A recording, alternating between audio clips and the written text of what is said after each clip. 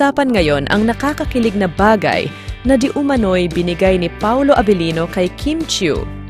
Ayon sa ilang sources, sa behind the scenes nga ay di umano'y natanggap ni Kim Chiu ang isang simpleng handwritten note na may kakaibang halaga.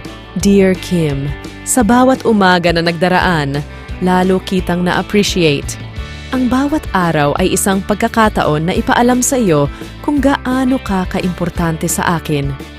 Salamat sa mga ngiti na nagbibigay liwanag sa aking mga araw.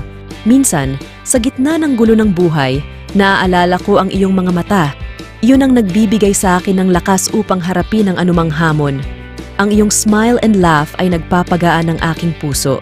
Gusto ko lang sabihin sa iyo na mahalaga ka sa akin at hinding-hindi ko makakalimutan ang mga sandaling kasama kita. Sana ay happy ka rin kapag kasama mo ako.